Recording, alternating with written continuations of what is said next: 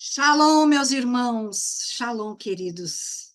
Eu agradeço ao Senhor pelo seu cuidado e o seu favor sobre as nossas vidas.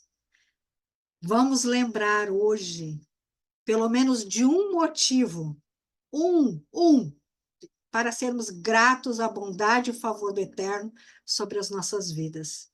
Lembrem, tragam à lembrança pelo menos uma coisa que vocês queiram agradecer ao Eterno nesse dia, agora. Eu agradeço pelo dom da vida, eu agradeço por poder gerar, eu agradeço por ter um casamento, eu agradeço por estar aqui junto com vocês, eu agradeço por Jesus, eu agradeço por tantas coisas. Hoje agradeçam ao Eterno. Tirem o dia para agradecer ao Eterno. Amém? Agradeça ao amado das nossas almas neste momento. Aleluia. Aleluia. Obrigada, Santo e Poderoso. E meus queridos irmãos, como sempre, eu faço perguntas no início para quê? Porque eu penso que essa é a melhor forma de analisarmos e meditarmos sobre as coisas do Senhor e sobre nós mesmos. Porque eu tenho certeza que nós temos miopia acerca de nós mesmos, tá? Então, essas perguntas nos ajudam a nos enxergar. É uma lupa para nos enxergar. Vamos lá para as perguntas. O que significa ser cheio? O que é ser cheio do Espírito Santo? O que é preciso para ser cheio do Espírito Santo de Deus? E essa pergunta, não menos importante, você se considera cheio do Espírito Santo? Então vamos comigo para as Escrituras. Abram em Isaías, por favor, Isaías capítulo 7. Isaías capítulo 7, versículo 15. Obrigada, papai, pela tua palavra, que é viva e eficaz. Obrigada, pai, porque a tua palavra cura a nossa alma. Obrigada, papai, porque a tua palavra nos consola, nos traz entendimento e direção. Isaías capítulo 7, versículo 15. E eu trouxe uma versão muito linda, que é a da Bíblia de Jerusalém, que diz assim: Ele se alimentará de coalhada e de mel, até que saiba rejeitar o mal e escolher o bem. Uau! Aleluia! Aleluia! Que tremendo esse texto, gente. Tremendo. Isaías é muito poderoso. Então, vamos trazer aquelas perguntas, né? Antes de começar a destrinchar. Ser cheio é quando não há nenhum espaço vazio. Isso é óbvio, né? Mas ser cheio do Espírito Santo é quando não há espaço para a carnalidade. Não há espaço para achismos humanos. Então, será que nós somos cheios do Espírito Santo? Esse texto de Isaías, capítulo 7, versículo 15, se refere a Jesus. A gente sabe, né? Jesus, 7, 8 e 9 é Jesus. E está falando o quê? Ele está nos ensinando, nos dizendo que Jesus, ele teve um tipo de alimentação diferente. Esse tipo de alimentação era necessário para que ele pudesse aprender a discernir o que era o mal e escolher o que era o bem. Eu vou repetir o texto de Isaías, capítulo 7, versículo 15, na versão Jerusalém, Bíblia de Jerusalém. Ele se alimentará de coalhada e de mel, até que saiba rejeitar o mal e escolher o bem. Uau, que tremendo! Nós entendemos que essa alimentação, queridos, não é uma comida que se ingere pela boca, certo? A gente compreendeu isso, né? Mas essa comida espiritual se refere ao puro leite, ao mel, se refere a um alimento que traz vida, alimento que gera vida. É isso que está se referindo a esse texto. Abram comigo no livro de 1 Pedro, por favor. 1 Pedro, capítulo 2. 1 Pedro, capítulo 2, e os versículos é o 2 e o 3.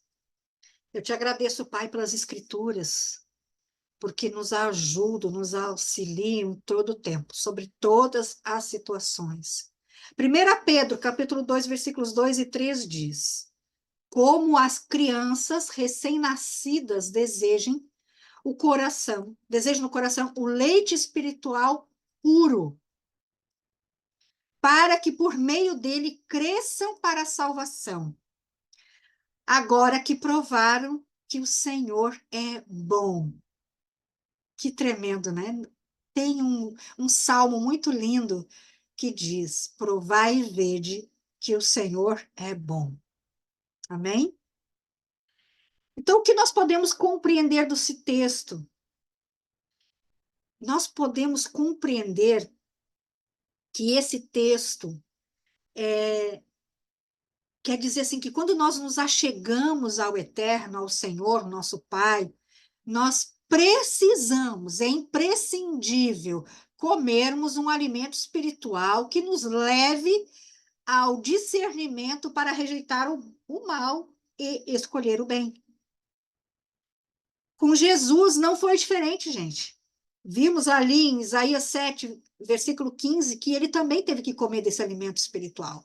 Ele precisou passar por essa etapa também. Ele precisou se alimentar do que era bom e aprazível para que não caísse em armadilhas. Ah, de repente você esteja se perguntando assim, mas Jesus era Jesus? Ah, ele tinha acesso a estudos genuínos, aprendeu a ler na Torá, estudava bastante, tinha conexão direta com Deus. Afinal, ele era o Messias, ele é o Messias. Meus queridos irmãos, nós não podemos mais cair nas ciladas desses pensamentos que vêm de uma religiosidade traiçoeira, para trazer uma ideia para nós de impossibilidade. Pensamentos de que Jesus era um super-humano. Isso não é verdade. Ele foi tão humano quanto eu, quanto você. E talvez o que nos diferencie é que Jesus, ele foi extremamente focado. Jesus, ele foi extremamente focado no que deveria fazer. Quanto a nós nos distraímos minuto a minuto. Não é verdade? Nós fazemos coisas que não têm nenhum propósito eterno, muitas vezes. Jesus nunca foi um super-humano, meus irmãos. Ele sangrou, ele sentiu fome, ele sentiu sono, ele precisava orar. Entretanto, a diferença é que Jesus foi que ele aprendeu a discernir o que era bom para poder rejeitar o mal, escolhendo fazer o bem. E eu não estou dizendo que nós somos tolos. O que eu estou dizendo é que estamos ainda no processo de comer um bom alimento. Alimento que gera vida e não morte, para nos ensinar a rejeitar o mal e escolher o bom. O Senhor Jesus precisou passar por todas as fases que uma pessoa qualquer passa para que pudesse ser um sacrifício perfeito. Talvez agora saltou na sua mente: ah, mas Jesus não se casou. Ah, Jesus não sabe como é a vida de casado, porque tem muitas responsabilidades a vida de casado. Eu concordo. Mas ele vai se casar, vocês sabiam disso? Vocês sabiam que Jesus vai se casar? E a noiva, aqui, está sendo preparada, está sendo adornada, está sendo perfumada, está trocando a sua mente. Aleluia. Abram comigo o livro de Esther, por favor.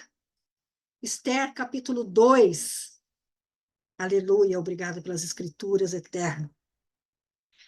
Esther, capítulo 2, e o versículo é o 12. Esse texto é tão lindo, gente. E esse texto fala tanto de nós que a gente nem imagina. E o texto diz assim: antes de qualquer daquelas moças se apresentar ao rei Assuero, devia completar 12 meses de tratamento de beleza prescrito para mulheres, 6 meses com óleo de mirra, 6 meses com perfumes e outros atavios femininos. Isso aqui é preparação. Nós estamos exatamente neste tempo de preparação. Isso aqui está falando sobre nós, a noiva. E, queridos irmãos, o que nós vamos aprender com essa instrução desse texto? Ah, o amado dos nossos corações está aguardando o nosso tempo de preparação.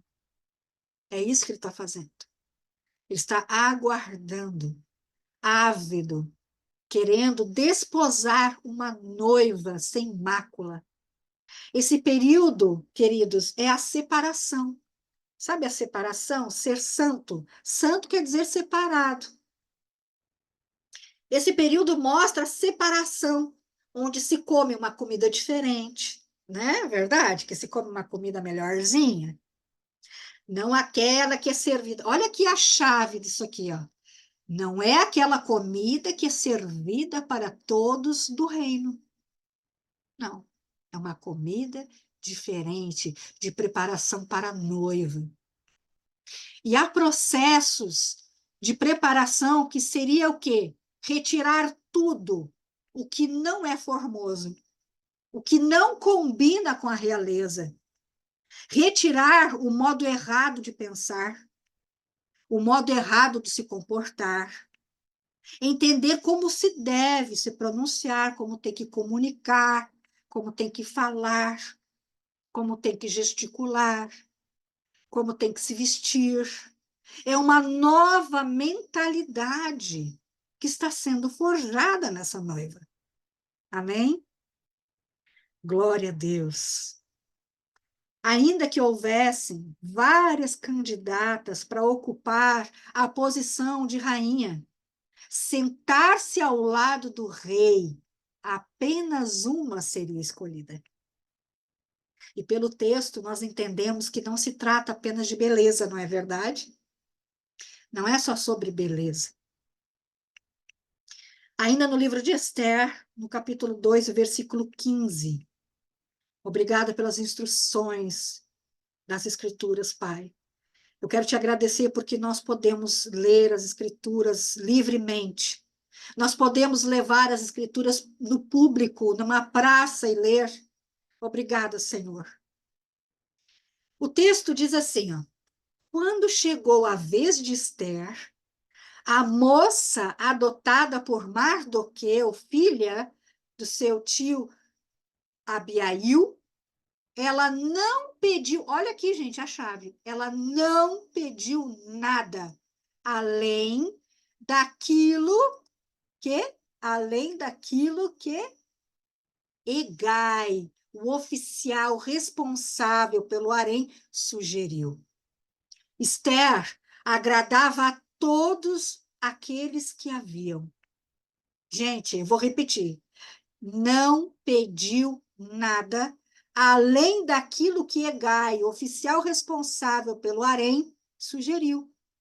Então, queridos, além da beleza de comer comida diferente, ela foi obediente. Ela não questionou, ela não tentou entender, ela simplesmente se permitiu ser guiada. Ela disse: eu vou obedecer Eu quero que você me guie. Queridos, assim será a noiva. Assim será a noiva. Nós estamos passando por um período de preparo, comendo manteiga e mel, para sabermos escolher o bem e rejeitar o mal. Assim seremos a noiva escolhida para nos assentarmos com o Rei dos Reis, o Senhor dos Senhores. Aleluia. E assim como Esther, devemos obedecer e fazer aquilo que é correto, ainda que não faça sentido para nós, e talvez a gente não vá entender. Mas isso não é nenhuma novidade, não é mesmo, gente? Eu não estou falando nada novo, nenhuma revelação bombástica, nada. Eu estou trazendo feijão com arroz. Eu estou trazendo o pó da telha, como eu costumo dizer. O pó da telha. Amém? Então, nós precisamos, queridos, aprender de uma vez por todas, é que nós somos imitadores de Cristo. É isso que nós temos que entender. Nós precisamos estar atentos ao tipo de alimento que estamos comendo. Nós iniciamos a ministração falando que Jesus comia o quê? Coalhada e mel, para aprender a discernir e separar, rejeitar o mal e escolher o bem.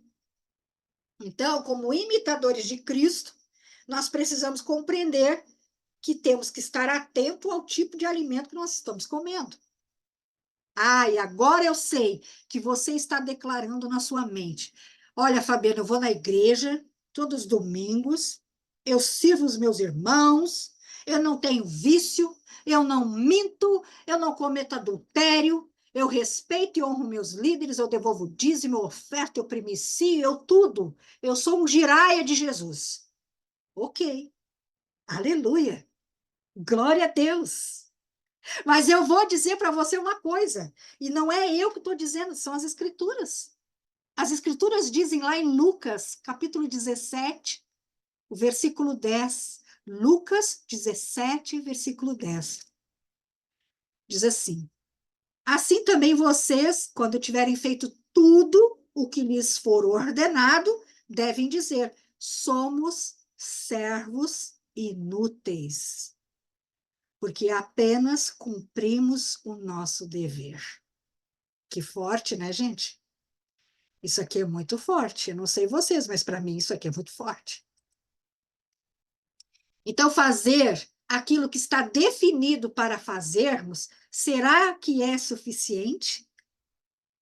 Será que isso indica que nós estamos obedecendo integralmente EGAI? Será que a comida que estamos ingerindo é boa para nos ensinar a rejeitar o mal e escolher o bem? Ah, Fabiana, será que algum ministério não ensinaria aquilo que é bom? Será que algum ministério entregaria ovelhas algum alimento espiritual ruim, estragado, que não ensinaria a rejeitar o mal e escolher o bem? Não é isso que eu estou falando, gente. Eu não estou dizendo que tem ministérios que fazem isso. Não é isso que eu estou falando. Nenhum líder, de forma deliberada, de forma consciente, quer levar um discípulo para a ruína.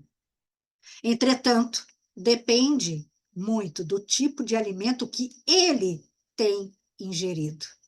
O tipo de alimento que o ensinou a rejeitar ou não o mal, ou ensinou a escolher ou não o bem. Tudo tem a ver com o alimento. Como nós somos imitadores de Cristo, nós temos que comer isso já imediatamente, quando crianças, crianças na fé, para que nos ensine a rejeitar o mal e escolher o bem. Até Jesus se submeteu a comer alimento que gera vida, puro e genuíno, a manteiga, a coalhada e o mel, para ensiná-lo a distinguir o bem e o mal, e a fazê-lo rejeitar o mal e escolher o bem.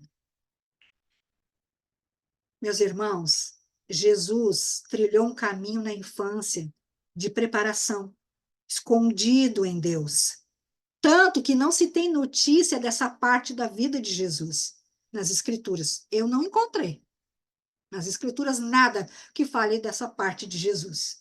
A última ali é quando ele tinha 12 anos.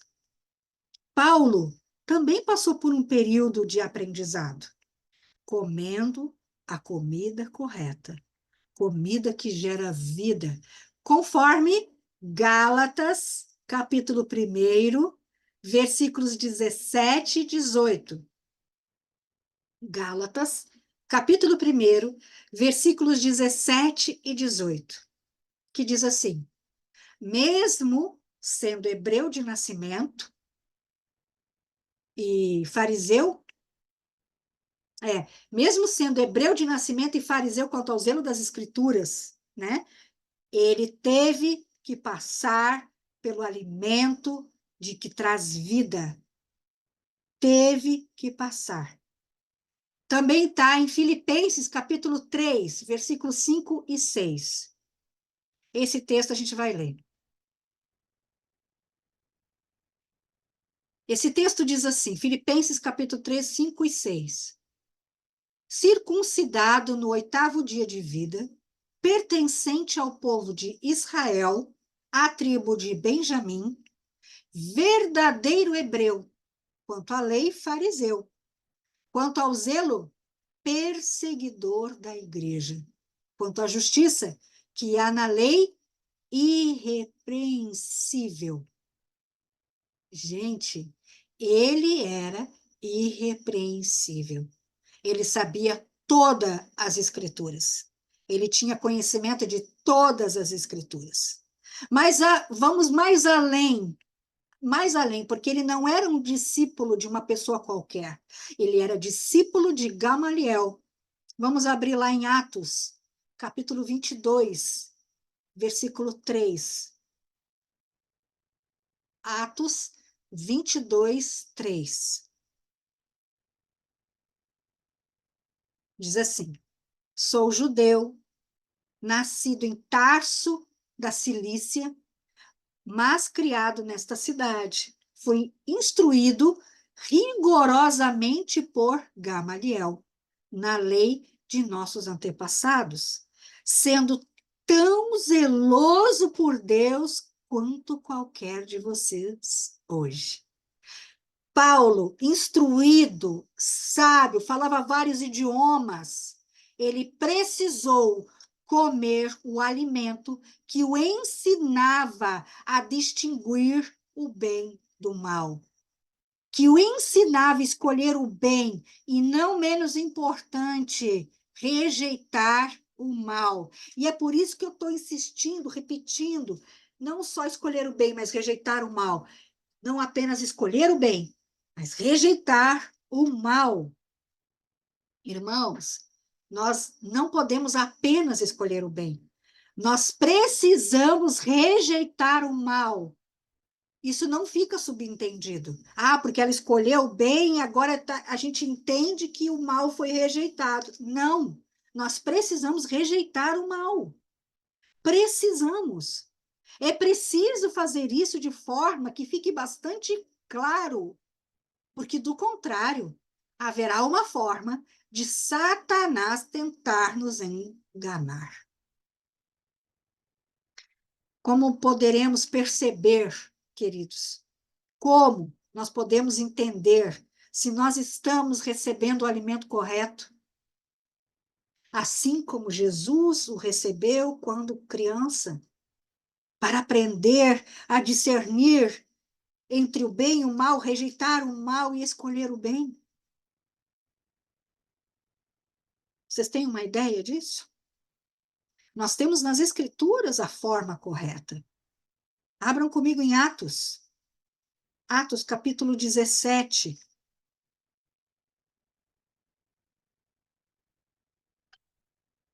Atos, capítulo 17, versículos 10 e 11.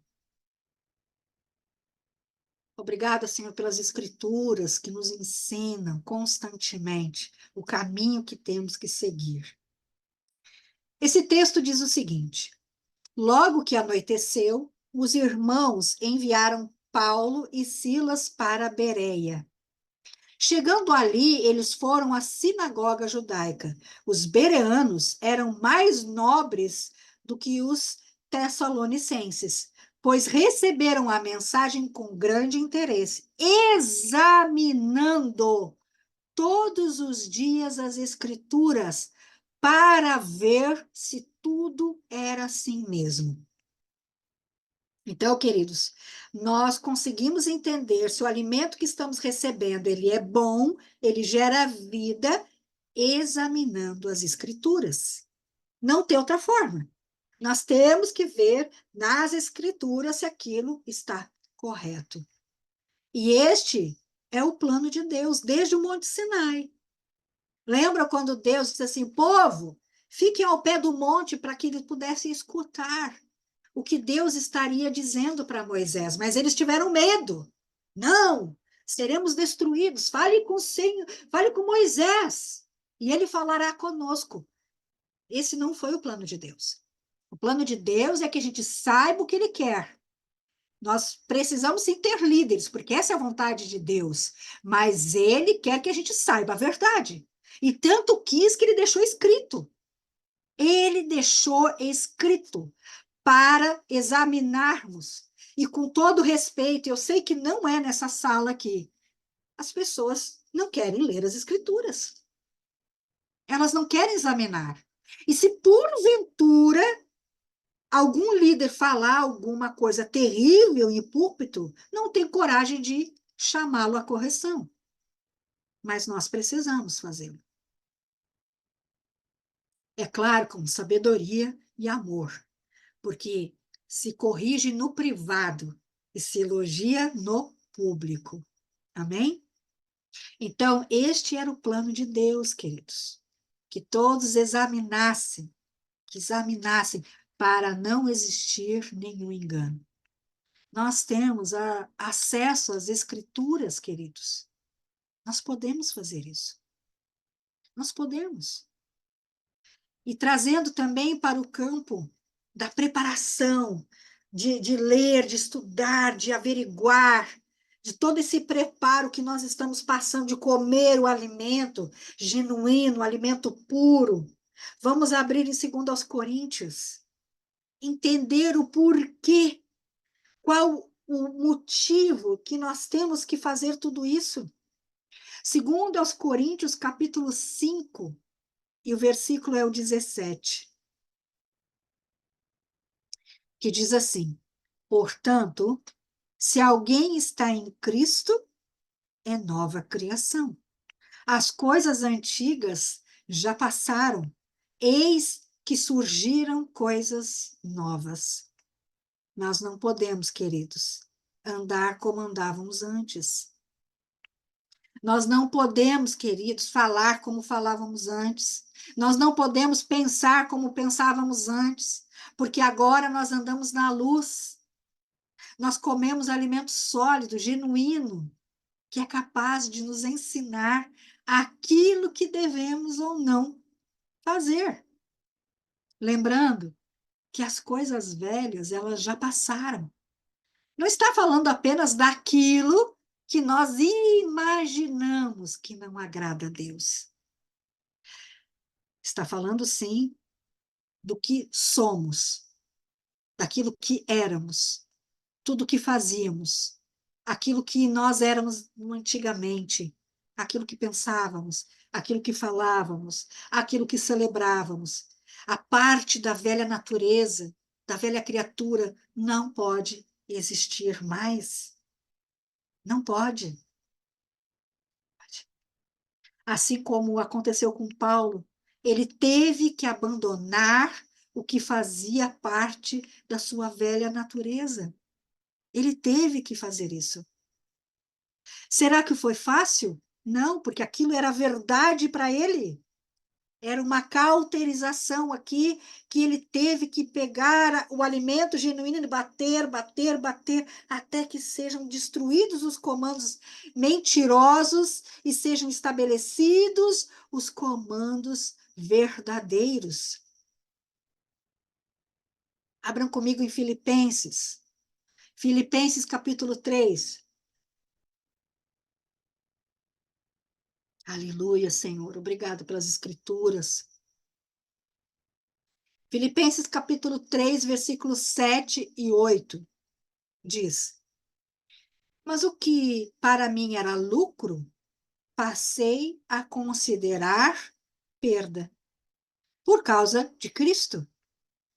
Mais do que isso, considero tudo como perda, comparado com a suprema grandeza do conhecimento de Cristo Jesus, o meu Senhor, por cuja causa perdi todas as coisas. Eu as considero como esterco para poder ganhar a Cristo. Ora, Jesus percorreu todos os passos que percorríamos para ser perfeito e abrir e preparar o caminho para entrarmos e percorrermos este caminho. Abram comigo Isaías, eu estou quase encerrando, para a glória de Deus. Isaías capítulo 43, aleluia.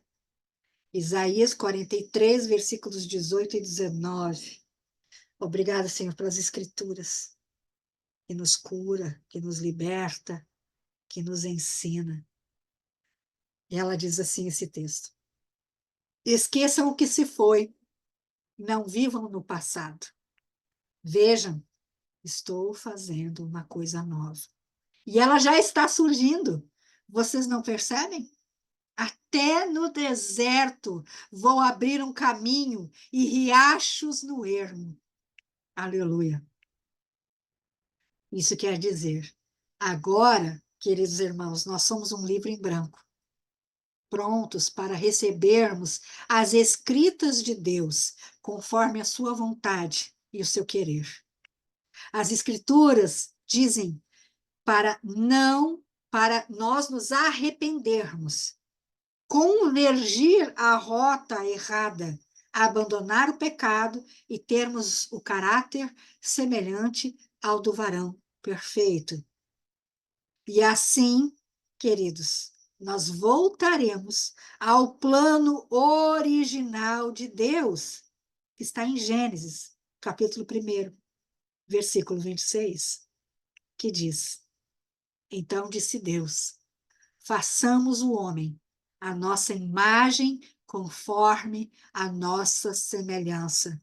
Domine ele sobre os peixes do mar, sobre as aves do céu, sobre os animais grandes e toda a terra, e sobre todos os pequenos animais que se movam rente ao chão. Aleluia. Baseado nessas informações de renovação da mente, pegue o seu pão. Aleluia. Aleluia. Aquele que não preparou a ceia, vou dar um tempo para preparar a sua ceia. Lembrando que Jesus, ele viveu tudo o que nós temos hoje que viver. Ele teve que passar por todas as coisas. A única coisa que nós não passaremos será a morte de cruz, porque ele morreu no nosso lugar. Mas nós também temos que morrer para nós mesmos. Porque de que vale querer ganhar a vida e perder a alma? Jesus diz assim, ó, tome sua cruz e me siga. O meu jugo é suave, é leve. Jesus diz assim, aprenda de mim, que sou manso e humilde. Porque ele quer nos colocar, sim, no caminho que é ele. Ele quer que tenhamos vida, que é ele. Ele quer que andemos na verdade, que é ele. Aleluia, aleluia. Queridos, Jesus é maravilhoso. É maravilhoso e nada do que ele pede para nós é ruim. Pelo contrário, é por nos trazer vida e vida abundante. Jesus disse quando pegou o pão junto com os apóstolos: aquele que não comer da minha carne não faz parte comigo. Então, hoje nós estamos trazendo esse memorial da ceia. Nós vamos comer da carne de Jesus, porque fazemos parte com ele. Nós consagramos esse pão para que nós entendamos a nossa parte no corpo, as nossas funções, e entendemos que o cabeça, que é Cristo, sabe todas as coisas, enxergou já tudo e sabe o que nós temos que fazer. Então, nós aceitamos essa responsabilidade hoje. Nós aceitamos. E podemos comer todos, em nome de Jesus.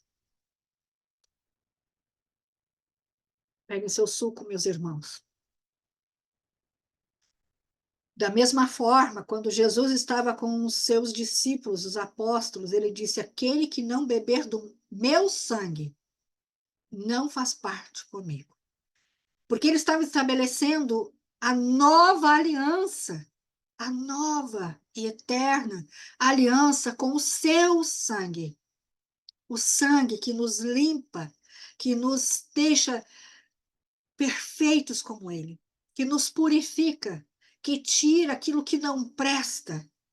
O sangue de Jesus que foi açoitado, que sua pele foi rasgada, que suou sangue, diante da angústia de levar sobre ele o pecado, enquanto na cruz, pregado com pregos nos seus braços e nos seus pés, foi furado do lado, a lança atravessou, saindo sangue e água.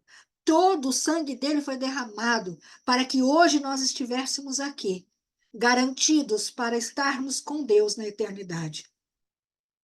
Então, nós consagramos esse suco, entendendo o que Jesus fez. E, Senhor, nos permita ceiar todos os dias da nossa vida para trazer isso para os nossos corações, para trazer esse entendimento de quanto somos importantes para Deus, que Ele não quer que nenhum se perca. Então, queridos, baseados nesse amor que vocês receberam, de forma imerecida, vamos beber glorificando o Eterno. Amém. Aleluia. Aleluia, glória a Deus, glória a Deus, glória a Deus.